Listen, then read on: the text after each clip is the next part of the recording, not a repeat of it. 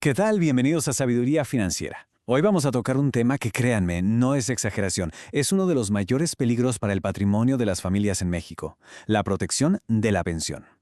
A ver, imaginen esta escena, que por desgracia pasa todos los días. Fallece un ser querido, el pilar de la familia.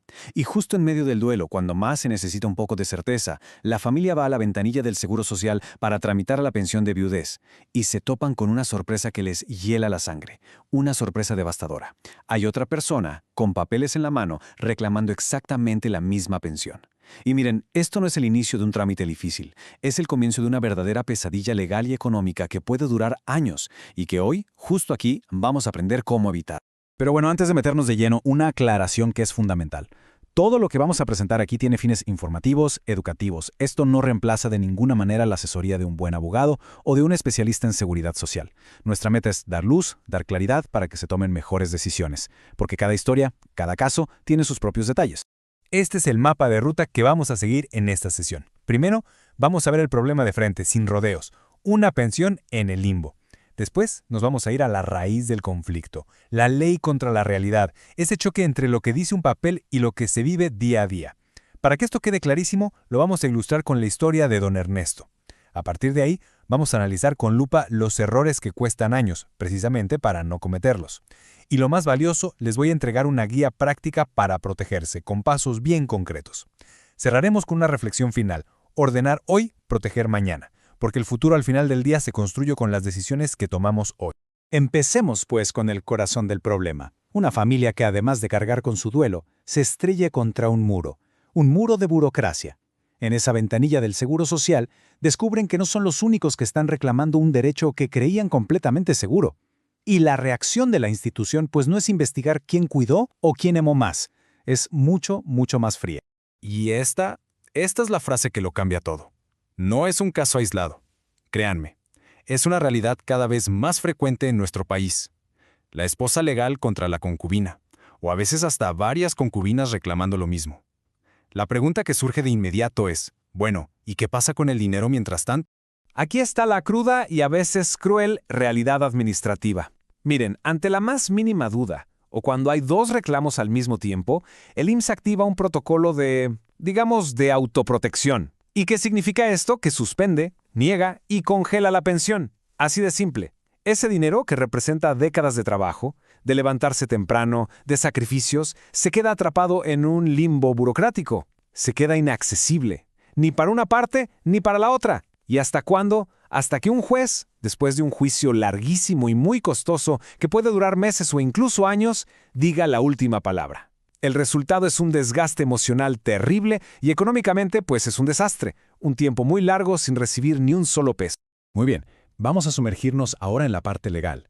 ¿Cómo es posible que algo así pase? Bueno, el conflicto nace de esa zanja que hay entre lo que dicen los documentos oficiales y cómo vivimos la vida en realidad.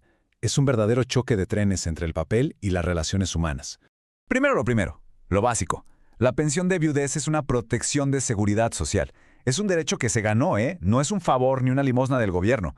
Se le da a la pareja de un asegurado o pensionado que fallece, siempre y cuando se cumplan los requisitos de cotización y, claro, que la relación de pareja sea reconocida por la ley. Pero aquí viene la pregunta del millón. ¿A quién reconoce la ley como pareja? Y aquí, justo aquí, es donde la cosa se empieza a complicar. La ley reconoce principalmente dos figuras. Por un lado, la esposa, unida por matrimonio civil. Y aquí pongan muchísima atención, porque este es el punto que causa el 90% de los problemas. Si no existe un acta de divorcio firmada y sellada por un juez, para el Estado mexicano, ese matrimonio sigue vivo, sigue vigente. No importa si la pareja lleva 30 años sin verse, viviendo en ciudades diferentes, o si cada uno ya formó otra familia. Sin papel de divorcio, el lazo legal persiste con todas sus consecuencias. Y por el otro lado, tenemos a la concubina, la pareja en unión libre.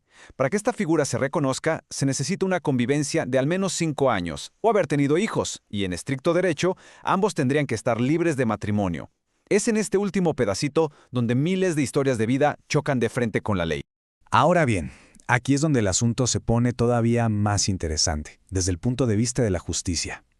La Suprema Corte de Justicia de la Nación, que es nuestro máximo tribunal, ha emitido criterios mucho más modernos, mucho más apegados a la realidad de la gente. Los jueces de la Corte han entendido que la vida es mucho más compleja que un folder con documentos.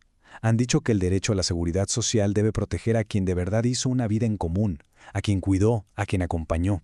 Por eso han establecido que no se le puede negar una pensión a la compañera de años, nada más porque por ahí existe un acta de matrimonio de una relación que en la vida real se acabó hace décadas. La Corte busca proteger la realidad por encima del formalismo. Incluso, en casos muy complicados, ha dejado la puerta abierta a que la pensión se pueda dividir. Pero, y este es un pero gigante. Una cosa son los criterios de la Suprema Corte y otra muy, muy distinta es la operación del día a día en la ventanilla del IMSS.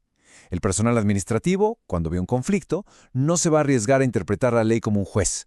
Su manual, su protocolo, es de autoprotección. Suspender el pago y básicamente aventarle el problema a un tribunal. Y es justo en esa brecha, entre la justicia y la burocracia, donde las familias se quedan atoradas. Pasemos ahora a una historia que nos va a ilustrar perfectamente cómo se vive este problema en carne propia. Es un caso inventado, sí, pero está inspirado en el dolor y en los errores de muchísimas historias reales que hemos visto. Vamos a conocer a don Ernesto. Miren, don Ernesto cotizó más de 30 años en el Seguro Social. A los 25 años, muy joven, se casó con Teresa. 10 años después, la relación ya no funcionó y se separaron. Pero, como pasa tanto, nunca se tomaron la molestia de formalizar el divorcio. Poco después, Ernesto conoció a Marta, y con ella vivió los siguientes 18 años de su vida. Marta fue su compañera, lo cuidó en sus enfermedades, era la administradora de su hogar. A los 70 años, a don Ernesto le da un infarto y fallece. En la vida real, su vida estaba con Marta. En el papel, seguía casado con Teresa. Cuando Marta, preocupada, le pedía que arreglaran su situación legal, esta era la respuesta de Ernesto. Una frase que suena a mucho amor, ¿verdad? Pero que legalmente es una bomba de tiempo. Él creía, como muchísima gente, que la vida real, su día a día, automáticamente iba a cancelar ese puro papel del matrimonio. Y esa falsa seguridad fue la semilla de la crisis que estaba por venir. Después de que muere Ernesto, Marta, con el corazón roto, pero segura de sus derechos, va al IMSS. Lleva una carpeta llena de pruebas, fotos de navidades, recibos a nombre de los dos, cartas de los vecinos, las pruebas de su vida juntos. Pero del otro lado de la ventanilla, el funcionario teclea en su computadora, y el resultado es frío, digital e inapelable. Señora, el asegurado don Ernesto, para el Estado mexicano, seguía legalmente casado con la señora Teresa. Y de repente, ese puro papel que Ernesto tanto minimizó, se convirtió en un muro de concreto para Marta. Miren la situación. Aunque con dificultades, el IMSS al principio le da la pensión a Marta. Pero un año después, Teresa se entera de la situación. Se presenta con su acta de matrimonio y reclama lo que por ley le corresponde como esposa legal. Y en ese momento, el sistema colapsa. El IMSS le suspende el pago a Marta, congela la pensión para las dos y les informa que este conflicto ahora se tiene que resolver en un juicio. Entonces, a ver, ¿qué fue lo que salió mal? La historia de Ernesto está llena de lecciones. Es clave que desmenucemos los errores que llevaron a esta situación tan dolorosa, porque son equivocaciones que se repiten, de verdad, en miles y miles de hogares. El primer error, y el más común, fue minimizar el matrimonio. Ernesto creyó que su separación de hecho, su separación física, anulaba el lazo legal. Pero ante la ley, un papel firmado pesa mucho más que décadas de distancia. Segundo error, suponer. Supuso que su vida con Marta automáticamente creaba un concubinato formal sin saber que la ley exige que ambos estén libres de matrimonio. Tercero, el enemigo silencioso de todos, posponer. El famoso luego lo hago. Dejó el divorcio para un después que, como casi siempre pasa, nunca llegó.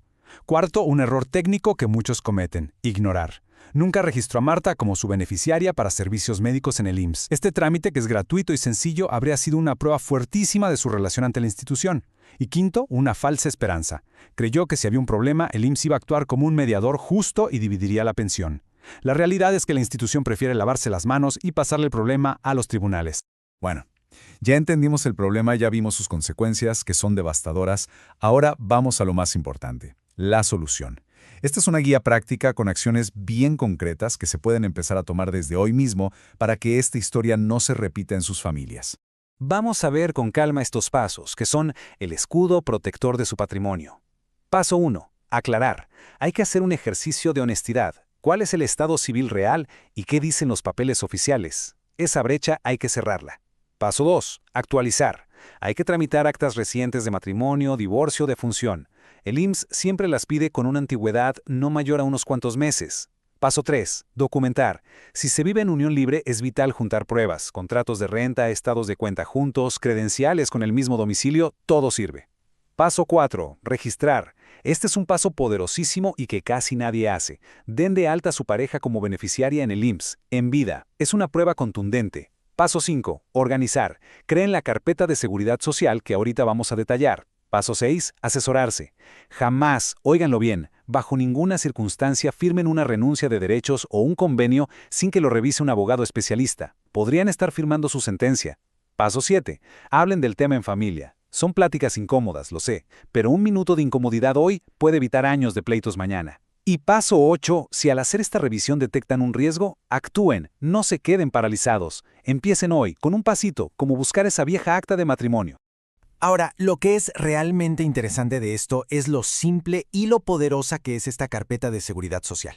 Miren, no se necesita un abogado, solo se necesita organización. Debe tener documentos básicos como la resolución de pensión, el número de seguridad social, CURP y las actas actualizadas, pero también pruebas de convivencia, si es el caso, como los contratos de renta. Y quiero destacar el último punto, un escrito simple, si pueden, de su puño y letra, que explique con toda claridad su situación familiar actual. No tiene que ser un documento legal. Piensen que es como una carta a su familia y a las autoridades, fechada y firmada que diga yo, fulano de tal, estuve casado con tal persona, me separé en tal fecha y desde hace tantos años mi pareja de vida ha sido esta otra persona.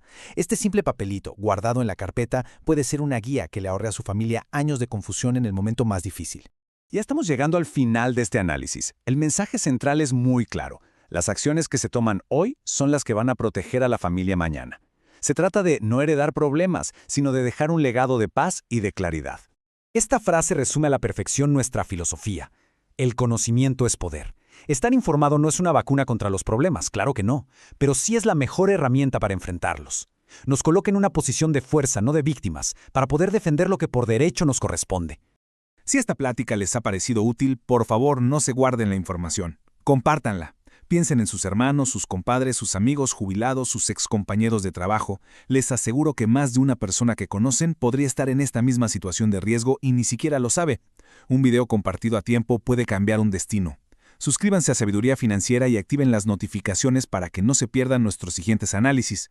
Aquí nuestra única misión es darles las herramientas para proteger su dinero, porque esa pensión no fue un regalo, se pagó con el trabajo de toda una vida y merece ser protegida y respetada. Y cerramos con esta pregunta, para que se quede en la reflexión. ¿Esa pensión, construida con tanto esfuerzo, con tanto sacrificio, está de verdad blindada para la persona que ha sido su apoyo real, su compañera o compañero de vida en los últimos años? Piénsenlo bien. Dejar los papeles en orden no es un trámite frío sobre la muerte. Es quizá el acto de protección y de amor en vida más profundo que pueden hacer por su familia. Es dejar un legado de paz. Muchas gracias por acompañarnos en Sabiduría Financiera.